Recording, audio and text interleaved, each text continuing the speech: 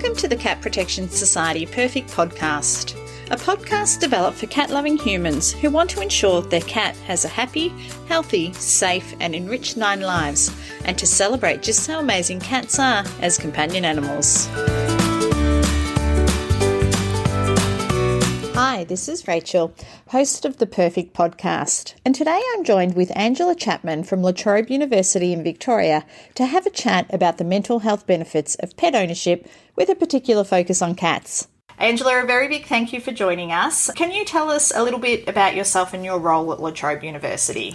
I can. Thanks so much for having me. So I originally am a veterinary nurse. I worked in clinics for a number of years before moving into teaching. So I now teach into the Bachelor of Veterinary Nursing at Latrobe University. So that's a bachelor degree taught in partnership with Melbourne Polytechnic. I'm also currently doing a PhD through Latrobe University looking at burnout in veterinary nurses. So lots of things going on. Excellent, thank you. So research indicates that almost 44%, or 2 in 5 Australians between 16 and 85 years of age will or have experienced a mental health disorder at some stage in their life. So let's chat about mental health benefits in pets. So let's jump straight in. Are animals good for mental health? They are. They're really good for mental health. So there's lots of research studies that show that owning pets is really good for your mental health. And beyond that, pet ownership, we've got programs like assistance animals. So they provide mental health support to people that have anxiety, depression, PTSD. Generally, when we think about assistance animals, we think about dogs. But there is a cat that's a registered assistance cat in New South Wales and Queensland who supports his owner that's been diagnosed with PTSD. So it can be other animals as well as dogs. Oh, fantastic. Okay. So what role do you see pets playing in protecting their humans' mental health? I think there are 2 aspects to well-being that's linked to pet ownership. So I think with regards to the benefits from direct activities, which are the ones that we most commonly think about. So interacting with your pet, petting them, training them, all of those sorts of activities bring joy and comfort and a sense of purpose to the owner.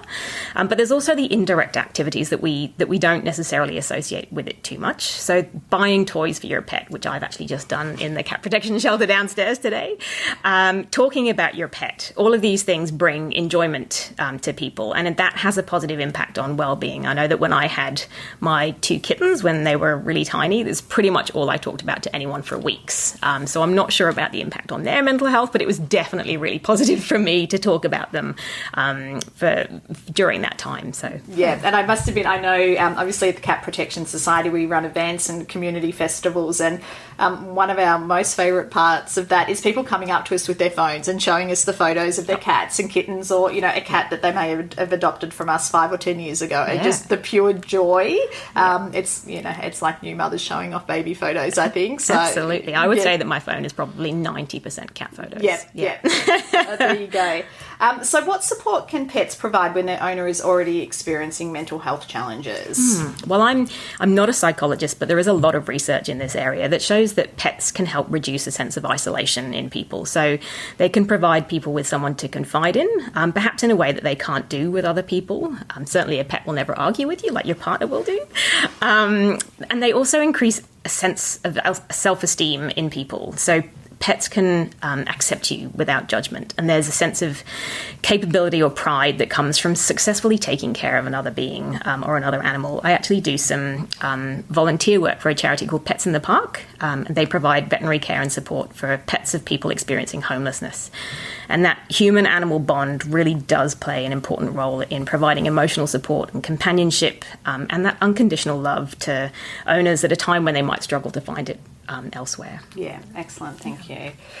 Are there any mental health challenges that you have found that pets help most with? For example, loneliness, depression, anxiety? Yeah, I think all of the above. Yep. Really, yeah. So when we think about that direct support, probably animal-assisted interventions, so that therapy side of things is a really easy way to think about this. So we have therapy animals that go in with their trained handlers into hospitals, into schools, into care homes for elderly people, because it's been shown to have a positive impact on their mental health. And we know that one of the reasons that older people are reluctant to go into aged care is because they don't want to leave their pets behind. So having access to those animals in there can really have have that positive effect on people. Yeah. Okay.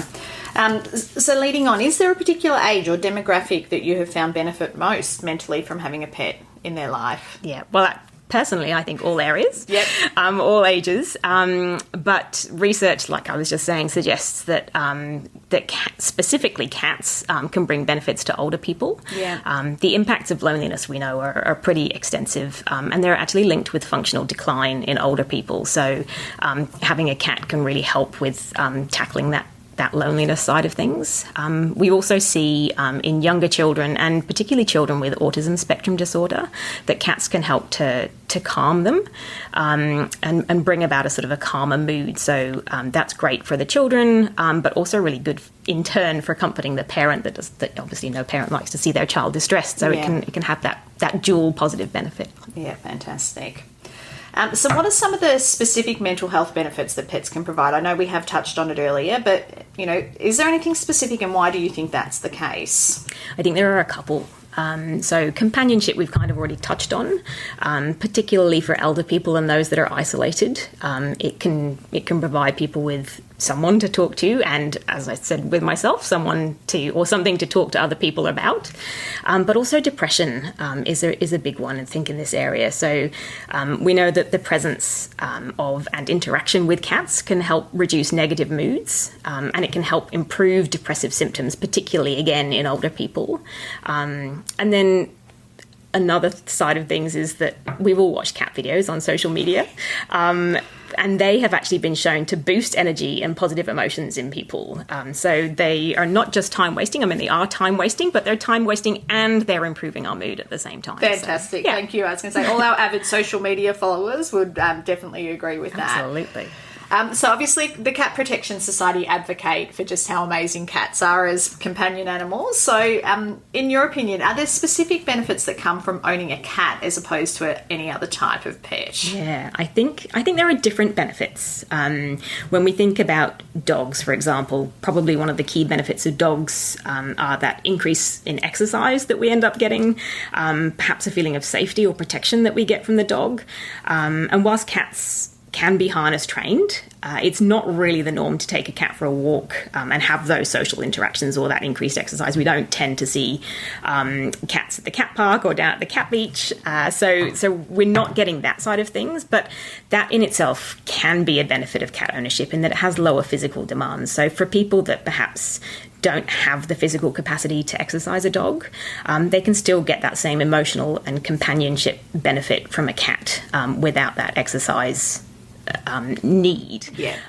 That said, it is still really important to remember that pet ownership is a commitment, and even though cats may be a little bit more independent than dogs, they still have that same need for environmental enrichment, interaction, veterinary care, safety, all of those sorts of things. So they're not necessarily a lazy person's pet, but for people that perhaps don't have that capacity to exercise them, I think that they're a great alternative and provide those benefits. Okay. So we've chatted about mental health benefits, and again, I know we've just touched on it, but some of the physical health benefits of being a pet owner. Yes, definitely. For cats, they have been shown to reduce blood pressure and stress levels. I have requested a number of times to have a kitten room at work that I can just go and sit in when things get stressful and just be climbed all over by kittens. I don't think anyone takes me seriously when I ask for that. Wonderful idea, though. I think it would be great. But yes, so certainly for blood pressure, they've been shown to reduce blood pressure in their owners. And also cat ownership has been shown to reduce the risk of fatal heart disease in their owners as well. So there's definitely the physical benefits as well as those mental health benefits of pet ownership and cat ownership specifically. Angela, now's your time to talk about one of your most favourite topics. So are you a pet owner? You are? Yes, great. So tell our listeners about your pet. So I am owned by 2 cats. Great, I love that. Yep, Jeeves and Rupert. Yep. So they just turned 1 recently, actually. So my time of talking about them as kittens is coming to an end, but it doesn't mean I talk about them any less. No. They're amazing. They're so much fun. And they were actually hand-raised by one of my vet nursing students. Oh, so fantastic. That's how I came across them, or they came across me. So, amazing little beasties in my world. Okay, and bonded? Are they siblings? They are. Yeah, yes. beautiful. Yeah. Okay. And you've recently, obviously, prior to us recording our podcast, we showed you around the adoption shelter. What was your experience? What did you think? Is there anything you'd like to share with people listening into our podcast? Yeah, it's a fantastic place. It's really well designed, really well built. I think one of the things that I really take from the facility is the focus on enrichment for the cats that are here, which is really important when they're in that unstable process of finding that new home. Yeah. And also the focus on healthcare. So this is obviously a big thing in shelter facilities where you have a lot of cats under one roof, but that focus on making sure that there is that safety and doing as much as you can within that large shelter facility side of things to look to protect their health as much as you can. Excellent. Angela, a very big thank you for joining us today. We really appreciate your insight. Thanks so much. No, not at all. Thank you for listening to another episode of the Cat Protection Society Purrfect Podcast. Make sure you subscribe to the show in your podcast app so you don't miss an episode. And we'd love if you can share this podcast with any friends, family or colleagues who all love things cats. In the meantime, you can visit our website at www.catprotection.com.au.